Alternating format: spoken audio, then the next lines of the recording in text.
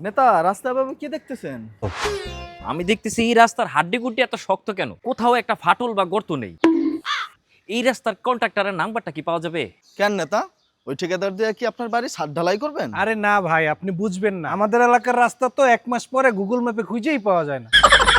আর বর্ষাকালে তো নৌকায় ব্যবহার করা লাগে। রাস্তায় জায়গায় জায়গায় তো সুইমিং পুল হয়ে থাকে। একদম ঠিক বলছস। আর ভাবতেছি আমাদের এলাকার চিটার বাটপার মিস্ত্রিদের লাথি মেরে খেদাবো।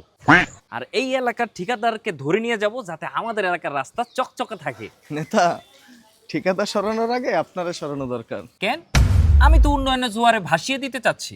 জোয়ার তো ঠিকই আসে, কিন্তু আপনার পকেটের কোঠায় তো আটকে যায়। রাস্তার যে বাজেট হয় তার 50% তো আপনার পকেটেই যায়। ঠিকাদার কি ওর নিজের পকেটের টাকা দিয়ে রাস্তার বিটুমেন বসাবে? সে তো তখন পিচের বদলে আলকাট্রা আর পাথরের বদলে খোয়া দিয়ে তালি মারবেই। রাশেদ, শালা নিশ্চিত বিরোধী দলের লোক। না নেতা, ও দলীয় লোক। কাল রাতে ওর ভাগে বিরিয়ানি কম পড়ছিল।